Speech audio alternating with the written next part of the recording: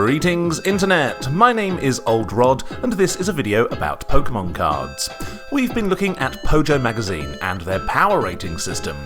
Last video we finished our retrospective on the base set Holo Rares, looking at the power ratings Pojo gave them back in 1999, deciding how well those ratings are holding up 25 years later, and re-rating them to what they'd be scored in today's base fossil metagame. 3 or above, playable, anything below, not so much.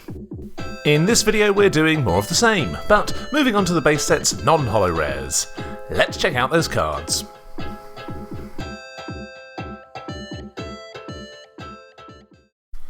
First up is Beedrill, a Stage 2 Grass-type Pokemon with 80 HP, fighting resistance, and a free retreat.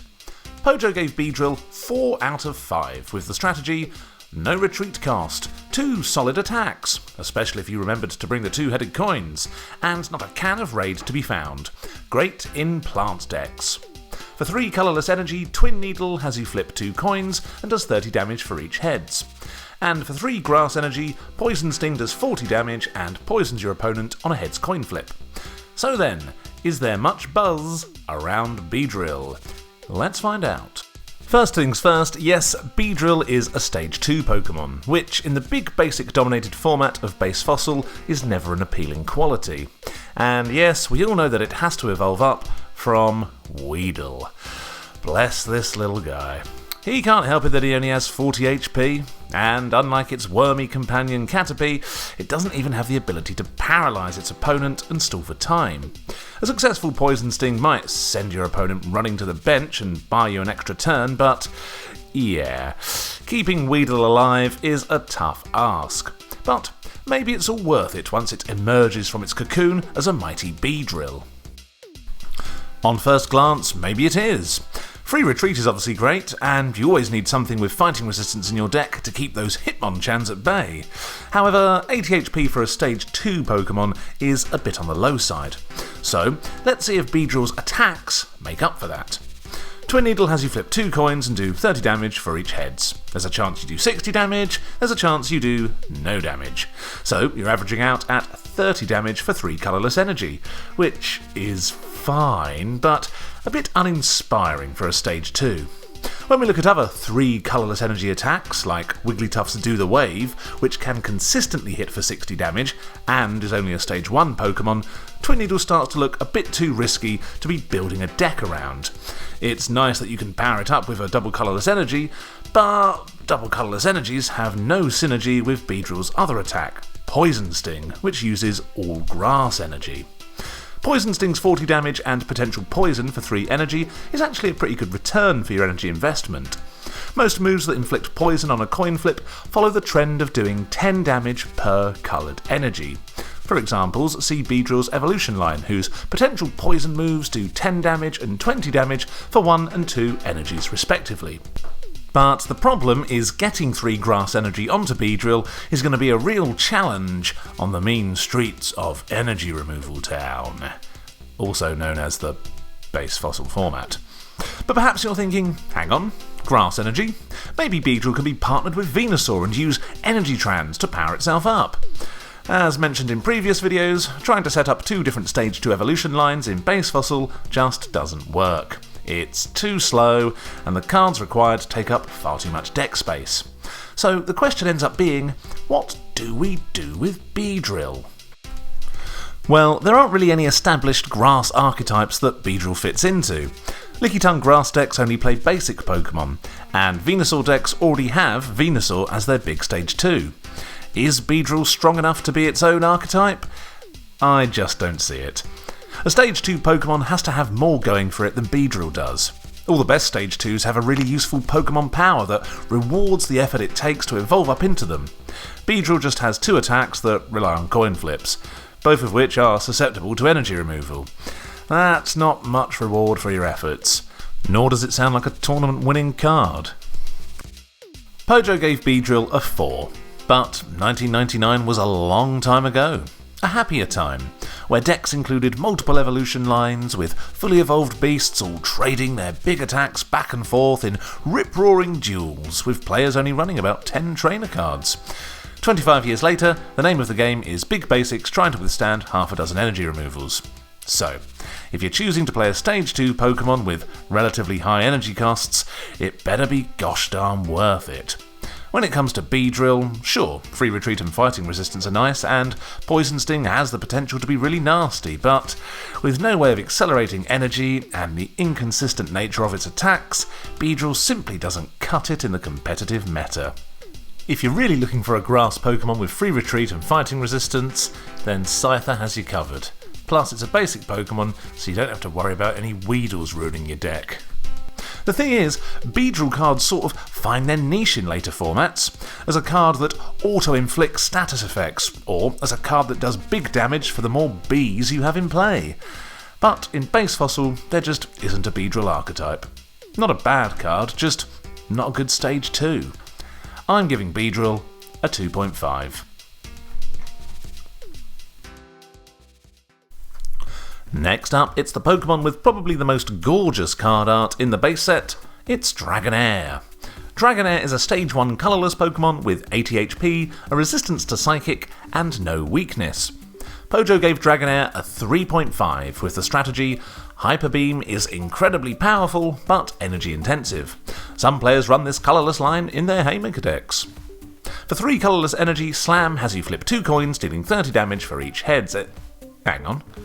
Didn't we just have this attack? Anyway, and for 4 colourless energy, Hyper Beam does 20 damage and lets you choose an energy card attached to the defending Pokemon and discard it.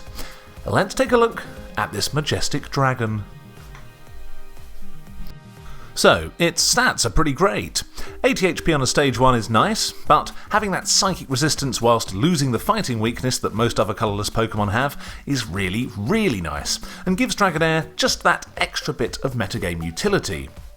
Now, really Dragonair's main function is to evolve into Dragonite, a Pokemon that has a very useful Pokemon power in Step In. Step In allows you to instantly switch your benched Dragonite with whatever's in your active position, bypassing things like paying a retreat cost or any status conditions that would otherwise strand it active. Combined with Dugtrio's retreat aid, Dragonite can then pivot back to the bench for free, allowing you to either switch into a different attacker or return your now healed Pokemon to the active position. Dragonite's power makes it particularly useful in Hitmonchan decks that often come up against fighting-resistant Pokemon, as well as allowing you to escape paralysis when facing a Lickitung. But Pojo's high Dragonair rating came at a time pre the release of Dragonite. So, how good is Dragonair on its own? Well, in terms of attacks, we've got Slam, which we covered about 3 minutes ago with Beedrill's Twin Needle. Sometimes great, sometimes terrible, on average, fine. But Slam is actually a better attack on Dragonair than Twin Needle is on Beedrill. It's about context. Dragonair is a Stage 1 Pokemon, whereas Beedrill is a Stage 2, so the identical attack is going to seem weaker on Beedrill. If you are running a deck where Dragonair is intended to be your main attacker, you can have your opponent psyched out as early as turn 2 just by having a Dragonair with an energy attached to it. This can really start your opponent guessing. Do they have a DCE in hand that they can power up Slam with? What if they do hit that double heads and knock me out? Even if one or neither of these things turn out to be the case, once that doubt starts creeping into your opponent's mind, it can lead them to making suboptimal plays. Simple things like the threat of damage becomes another way of applying pressure to your opponent, potentially baiting them into using an energy removal early game, or retreating their active when they otherwise wouldn't. Mind games, mind games. Although, maybe I'm overthinking a move that can potentially do nothing for 3 energy. Right. Let's get back on track. So what about Hyper Beam? Its energy cost is certainly high, even though you can use double colourless energies to power it up. 20 damage is meh, but getting to discard any energy card attached to your opponent's active is certainly strong, especially if you combine it with Base Fossil's plethora of energy removal cards. This combo gave rise to the Dragonair Drought deck, a deck that's sole purpose is to remove all of your opponent's energy cards from play, until they can do literally nothing but cry. The problem with this deck is that, to be honest, you don't really need Hyper Beam to deprive your opponent of energy. If you're running a 4-4 line of both the energy removal cards along with item finders, you can remove up to 20 energy cards, more than most decks even run. Doing this would also mean that no one would want to play with you again, but you would win. As such, Hyper Beam feels a bit unnecessary. Furthermore, Hyper Beam is itself vulnerable to energy removals.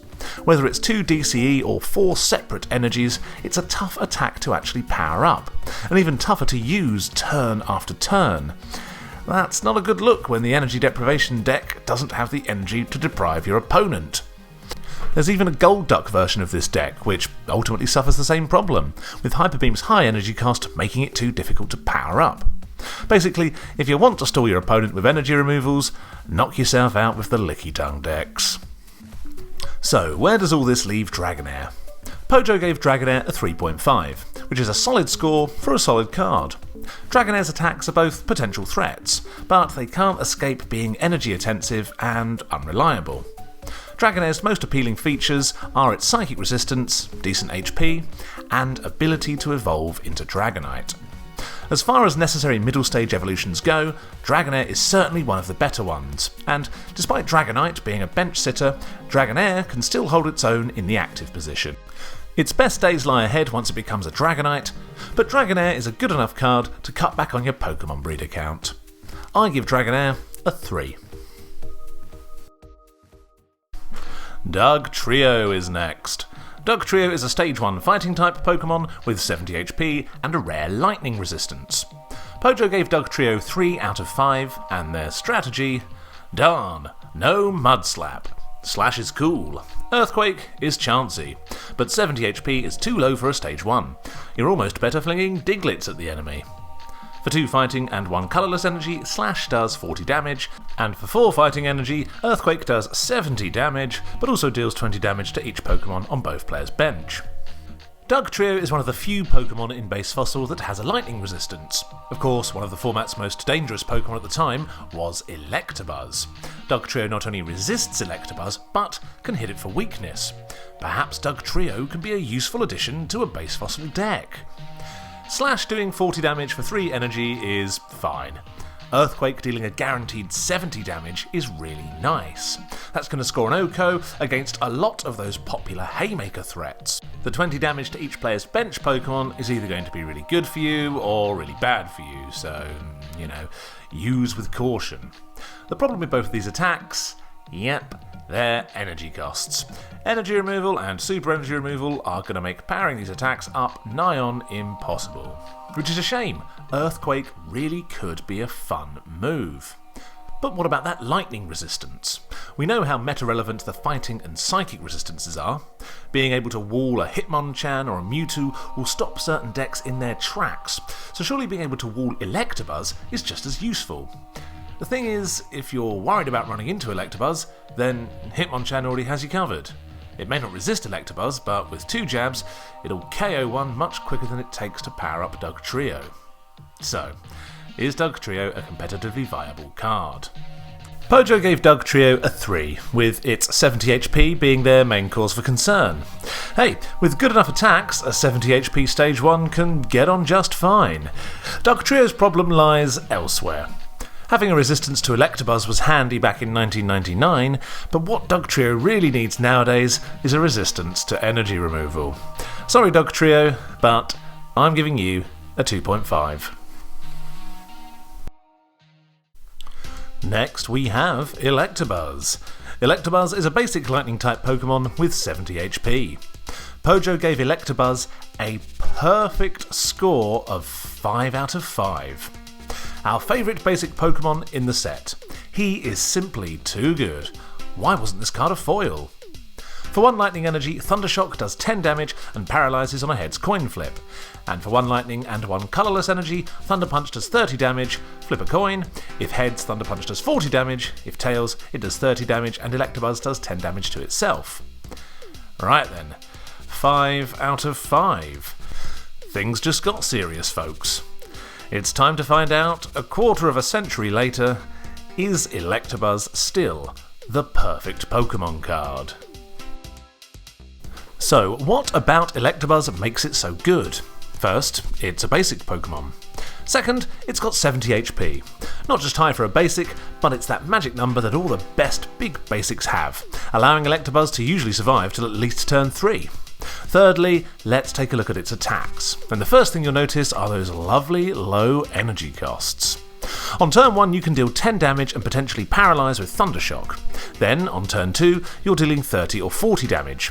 All those basic Pokemon with 40 and 50 HP just don't stand a chance going toe-to-toe with Electabuzz. And there are several competitive decks that run pre-evolved Pokemon that will dread facing down an Electabuzz on turn 1. 50 damage after 2 turns is damage output that very few other basic Pokemon can match. If you can keep those 2 energies on Electabuzz, Thunder Punch even threatens a 2-hit KO on Pokemon with 70 and 80 HP. If you do get super energy removal, well, just reattach a lightning energy and attack with Thundershock. Electabuzz, like all the best Haymaker cards, is able to withstand energy removals and just keep hitting you turn after turn after turn. Fast, aggressive, and dangerous. And Electabuzz, along with Hitmonchan, was the prototypical Haymaker card in the original Haymaker deck. I covered the original Haymaker deck in a previous video, but, in short, the game plan is simply attack, attack, attack, bombarding your opponent with low energy attacks and disruptive trainers turn after turn. The Hitmonchan Electabuzz Haymaker deck was unstoppable in base set. Electabuzz covered Hitmonchan by hitting the fighting-resistant birds for weakness, and the only other deck that could pose a threat to Haymaker, Rain Dance, was full of lightning-weak turtles that Electabuzz could zap its way through. 25 years later and the metagame has changed. One of the biggest changes is the dominance of Lickitung. Lickitung decks rely on stalling with paralysis, energy removal and healing with Scoop Up. Electabuzz can withstand the energy removals, but it struggles to knock Lickitung out before it gets scooped up. Thunder Punch doesn't threaten a consistent 2-hit KO on Lickitung. Even with a plus power, you're still relying on favourable coin flips. If you flip tails whilst plus power is equipped, you end up doing even more damage to yourself. Not ideal. In fact, Thunder Punch's self-damage can really become a problem in matches against Lickitung decks, where barrages of Tongue Wrap can deplete your HP quicker than you'd imagine. The last thing you need is your own self-damage putting you in range for a next turn KO at the hands of a Mr. Mime or a Cypher. A card that can threaten Lickitung with a 2-hit KO is of course Electabuzz's old partner Hitmonchan, and as such, Hitmonchan's metagame relevancy has increased during the Lickitung years. This causes another unwanted problem for Electabuzz, since Electabuzz is weak to Hitmonchan. The more Lickitung means the more Hitmonchan, and the more Hitmonchan means more bad matchups for Electabuzz. However, the other big change in the metagame is the prevalence of another Pokemon that was previously overlooked, that being Dugtrio. Because so many popular Pokemon resist Hitmonchan, it's now often paired with Dugtrio, since its Retreat-Aid Pokemon power allows Hitmonchan to easily pivot out of the active when faced with a flying-type attacker. And luckily for Electabuzz, Dugtrio is weak to lightning. It can even be OHKO'd with a single Thunder Punch. So, more Hitmonchan may be bad for Electabuzz, but more Dugtrio means more easy prizes to take. All because of a meta warped around Lickitung. Dugtrio's incredible utility has made it a staple in all Haymaker variants, including the original Hitmonchan-Electabuzz partnership. Like Hitmonchan, one of Electabuzz's biggest downsides is its 2 retreat cost. Although Electabuzz won't be coming up against as many resistant Pokemon as Hitmonchan, ground type is somewhat underrepresented in the modern meta, you will want to retreat out when faced with an opposing Hitmonchan, and Dugtrio's Retreat-Aid allows you to do this. It's a shame that Electabuzz is weak to Hitmonchan. Sure, it made the balancing of the base set cards fairer, where you had this rock, paper, scissors game going on, but in the modern meta, Electabuzz's fighting weakness severely limits what you can pair it with. You can't pair it with any of the other strong, colourless attackers, otherwise Hitmonchan decks will eat you alive. Instead, you have to pair it with other Haymaker cards, whether that's Hitmonchan itself, or other options like Mewtwo, which covers Electabuzz's fighting weakness by being able to OHKO Hitmonchan. Or you can pair it with Magmar, a card that enjoys the luxury of existing in a format where nothing resists fire. This is all well and good, as all these cards are really strong, but it means that Electabuzz always finds itself having to share energy types. By not being able to pair it with a strong colourless Pokemon, you can't really run a mono lightning energy deck. As such, the scarce number of lightning energies that these dual-type decks run become precious commodities and glaring energy removal targets. And before you ask about a Mono Lightning Pokemon deck, the only thing you could potentially partner Electabuzz with would be Zapdos, since Zapdos resists Hitmonchan. But, as explained last video, Zapdos is too susceptible to energy removal in the modern meta to be worth using. Any other Lightning partners end up being not as good versions of Electabuzz that share its fighting weakness. Instead, Electabuzz always finds itself partnered with a differently coloured Haymaker card. Or perhaps several differently coloured Haymaker cards in one of those fruitily titled potpourri decks that play a whole spectrum of energy cards, trying to hit everything and anything for weakness. A fun idea, as long as you can find the right energy card when you need it. The best use for Electabuzz in today's meta is, funnily enough, partnered with Hitmonchan, reliving the glory days of the classic Haymaker deck, now with added Dugtrio pivot power. Between them they can hit Lickitung, Wigglytuffs and Dugtrios for weakness, maintaining that all-important meta-relevancy. But the question remains, is Electabuzz still best in show? Pojo gave Electabuzz a 5 out of 5. It was their favourite basic Pokemon in the base set, above even Hitmonchan. But nowadays Lickitung decks have overtaken Haymakers as the deck to beat. This fact has increased Hitmonchan's popularity, which in turn doubly decreases Electabuzz's. Yet Electabuzz remains a great card. It withstands energy removal, can rack up damage fast, and will terrify your opponent when they lay down their lone Duo to start the game. Perhaps no longer the toppest of top tier, but still a fantastic, iconic card. For me, Electabuzz gets a 4. Right then, let me just pick up this Pokeball someone's left here on the ground. Wait a minute, that's no Pokeball, it's Electrode.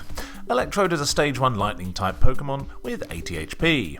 Pojo gave Electrode a 3.5 with the strategy tip, a solid attack, and a nice Pokemon power to boot. I was sort of expecting a bit more. Anyway, Electrode has the nice Pokemon power, Buzz App. At any time during your turn, you may knock out Electrode and attach it to one of your Pokemon. If you do, choose a type of energy. Electrode is now an energy card that provides 2 energy of that type. And it's got a solid attack in Electric Shock, which for 3 lightning energy does 50 damage, flip a coin. If tails, Electrode does 10 damage to itself. Now, I've mentioned Electrode and its Buzz App power in both my previous videos, so let's take a closer look at this very unique card and how you can use it in base Fossil. Okay, so let's just make sure we're all on the same page with Buzz App. By using Buzz App and KOing Electrode, you're essentially turning Electrode into a double rainbow energy, which you then have to attach to your Pokemon. You can't just put Electrode in your hand or whatever. Now, Buzz Apping doesn't count as your once per turn energy attachment. This means you can also attach an energy card as per usual. So, essentially, Buzz App gives you a +2 energy acceleration of any energy type, allowing you to instantly power up high energy attacks out of nowhere. This energy acceleration is particularly effective when combined with a double colourless energy attachment, allowing you to go from 0 to 4 energies onto your attacker. The drawback to Buzz App is that by KOing your Electrode, your opponent gets to take a prize card, which means you've got to make sure Electrode is worth KOing. If your opponent can play energy removal next turn and discard your Electrode, then you've given your opponent a free prize card for very little return. This is why Electrode is always played alongside Lass. Once you Buzz App, you play Lass, stripping your opponent of all their trainer cards, allowing you to hit big attack after big attack, whilst your opponent desperately tries to draw into an energy removal. This is the fundamental Electrode strategy. Buzz App, Lass, sweep through your opponent's board before they can recover. So then, let's check out the various Buzz App deck archetypes. The original partner to Electrode was Zapdos in the iconic Zapdos deck.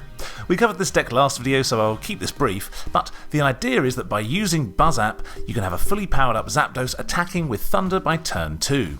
The problem with this deck is that Zapdos' attack costs are so high, you literally can't do anything with it until you've pulled off the Buzz App Lass combo. And yeah, if your opponent can find those energy removals again, your plan comes to a grinding halt with no contingency other than to start over. A more modern option is Arcanine, but this deck is played differently to how Zapdos was. Firstly, it doesn't run fire energy and instead runs Psychic. This allows it to play Psyduck and use its Headache attack, which prevents your opponent from using any trainer cards, stopping them not just from using energy removals, but getting set up whatsoever. Whilst your opponent is trainer locked, this deck plays high counts of Professor Oak and Computer Search to evolve up into Arcanine and Electrode, then as early as turn 2, it can Buzz Up, attach a DCE, and then voila! You have a powered up Arcanine hitting for 80 damage. Played correctly, this deck can absolutely annihilate your opponent in a few turns. Executor is another candidate to partner Electrode, since its big explosion can be powered up by any energy type. You can attach an Electrode and DCE in a single turn and start flipping coins for 80 damage. And of course, the appeal with Executor is that once you've lashed your opponent, you can keep on adding those energy cards ad infinitum, hopefully dealing some monster damage. And since you can just keep on adding energy cards, Executor becomes a bit less vulnerable to energy removals than Arcanine is, with the drawback being that its attack is way less consistent. This deck also runs Psychic Energy to use Psyduck's Headache early game, as well as avoid danger with Execute's Hypnosis and Executor's Teleport attacks. Psychic Energy also allows Arcanine and Executor decks to run Fossil Ghastly. You see, Mr. Mime can be a big problem for these big damage decks, which is why having Ghastly as a hard counter to Mr. Mime is essential, something that the Mono Lightning Zapdos deck can't really do. Well, what other attackers can you partner with Electrode? Well, anything you like, really. Attackers that have a 4 energy attack that also includes a double colourless requirement are always an option, since it allows you to power them up in a single turn. Machoke is a good example of this, allowing you to pull off a surprise submission attack and land an Oko on a Licky Tongue. I've even seen people play Electrode with Kangaskhan, Chansey, Dugong. I've even seen people attach a Buzz-Apt Electrode to another Electrode. Yeah, something about that sort of feels wrong. But it allows you to quickly power up its Electric Shock attack, which can score Okos on popular cards like Dugtrio and Blastoise. We've not really talked about Electrode as an attacker. It's got good stats, 80 HP, single energy retreat, but the fact that you need another Electrode to power it up isn't ideal. It means you have to play even more of Voltorb. Ugh. Yep, Electrode has one of the worst pre-evolved forms in the game. 40 HP and a 10 damage attack are bad enough, but a weakness to Hitmonchan means it's getting Oko'd turn 1. Not cool. So, Electrode is currently one of the game's most versatile cards, but are any of these Buzz-Apt decks top tier? Well, some Electrode decks are better than others, but even the best ones, like Arcanine, ultimately fall foul of being inconsistent. Once you've Buzz-Apt and last, the clock is ticking. You have to win fast, else your opponent can draw into or search out those energy removals. And once you start getting energy removaled, you're as good as done.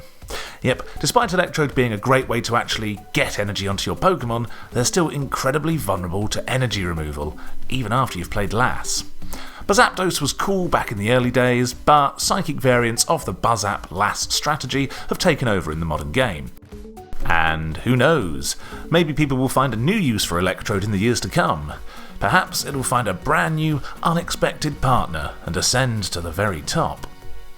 Pojo gave Electrode a 3.5. As mentioned, an Electrode deck where everything falls into place early game can win with blitzkrieg speed and efficiency. But once the energy removals start to descend, it's tough to come back from. Despite this, Electrode is a key component in several competitive decks, and allows for really creative deck building, which is always nice. So I'm agreeing with Pojo, and keeping Electrode at a highly usable 3.5. And here we come to our final rare of the base set, it's Pidgeotto. Pidgeotto is a Stage 1 colourless Pokemon with 60 HP, a fighting resistance, and a lightning weakness. Pojo gave Pidgeotto a 2 out of 5, with the strategy tip, a mirror move with Pidgeotto? Cool. How about resistance to Earth Pokemon? Swell. And everything else? Weak. For 2 colourless energy, Whirlwind does 20 damage, and then your opponent chooses one of their benched Pokemon and switches it with the defending Pokemon. Do the damage before switching Pokemon. And for 3 colourless energy, Mirror Move states, if Pidgeotto was attacked last turn, do the final result of that damage on Pidgeotto to the defending Pokemon. Right then, let's find out where Pidgeotto truly lies on the weak, swell, and cool scale. Firstly, its stats aren't that great. 60 HP is low for a Stage 1, and it doesn't even get that sweet free retreat that many other flying types get. Resistance to Earth fighting Pokemon is always nice though. It can stop a Hitmonchan in its tracks, but it will be OHKO'd by an Electabuzz. In terms of attacks, Whirlwind is a move that several Pokemon have in Base Fossil, and it's always rubbish as far as I'm concerned. 20 damage, fine, but if your opponent has any benched Pokemon, you have to switch their damaged active back to the safety of their bench. This goes against the most basic gameplay in the TCG, which is building up damage on your opponent's Pokemon until it gets knocked out. Of course, there are times where you'd want to switch their active with something on their bench, perhaps to KO it or strand it in the active, and that's why Gust of Wind is such a powerful card. But no one needs to use a Gust of Wind every single turn. That'd be madness. You have to soften your opponent up by actually accumulating damage first, and with Gust of Wind, you get to choose what to switch active. With Whirlwind, it's your opponent who chooses. What a lame effect. Basically, this stupid attack makes knocking anything out far more difficult than it needs to be. Far better versions of the Whirlwind attack are printed in future formats, like Drag Off, where you get a choice of which Pokemon to switch in and which Pokemon to do the damage to, or Flick Poison, Instant Gust and Status Condition. But for now, we're stuck with Whirlwind. Perhaps if Pidgeotto had a powerful second attack to follow up Whirlwind with, it might be situationally useful. Instead, Pidgeotto has Mirror Move. Pojo seemed to think Mirror Move was pretty cool, but surely your opponent would have to be an idiot for Mirror Move to ever be effective. Imagine an epic struggle between Pidgeotto and base set Magma. If you only had 50 HP, like Magma does, you wouldn't flamethrower a fresh Pidgeotto for 50 damage, because a Mirror Move would KO you next turn. What you'd do instead is you'd Fire Punch for 30 damage. Mirror Move would deal 30 back to you, but guess what? Next turn you can just deal another 30 damage and KO Pidgeotto. And you can play out this sort of exchange with loads of other Pokemon and attacks where Pidgeotto always ends up on the losing end.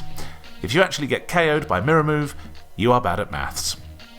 Perhaps if Pidgeotto had higher HP you might be able to triumph in these mirror duels, but at 60 HP you're always going to get KO'd first. Mirror Move is a stalling tactic at best.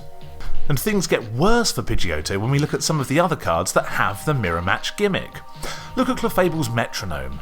Here you get to copy your opponent's best attack for 1 energy. For 3 energy, Pidgeotto lets you copy whichever attack your opponent just used on you. Great, that sounds fun. And then there's Ditto. By copying your opponent's HP and energy costs as well as moves, things become a level playing field, instead of Pidgeotto giving your opponent the advantage by relying on them attacking you first. So, is Pidgeotto usable in the modern base fossil metagame? Pojo gave Pidgeotto a 2 out of 5, so it's not like they were big fans. Looking at Pidgeotto's moves, Whirlwind lets your opponent choose what to switch, Mirror Move copies an attack your opponent has dished out on you. Why does Pidgeotto give your opponent so much agency? It's like it can't do anything for itself. Stop giving your opponent the upper hand, Pidgeotto! So yeah, aside from its fighting resistance, Pidgeotto comes equipped with 2 of the most frustrating moves to use in the entire set. No thanks. Also, Pidgeotto should count itself pretty lucky to have been printed as a rare, when there were definitely some more worthy contenders in base set. I'd be pretty unimpressed if my sole rare in a booster pack was Pidgeotto. Sorry my feathered friend, but I'm giving you a 1.5. So that's the rares done. For those keeping score, here's Pojo's ratings versus my re-ratings. A decrease in score as per usual, but hey, 25 years of optimisation means that some cards just don't make that metagame cut nowadays. Next video will be the base set Uncommons, and boy, there are some classic cards to talk about in there too. Thanks so much for watching, please like, share and subscribe, I've still got a lot of cards to go. So, see you in the next video. Old Rod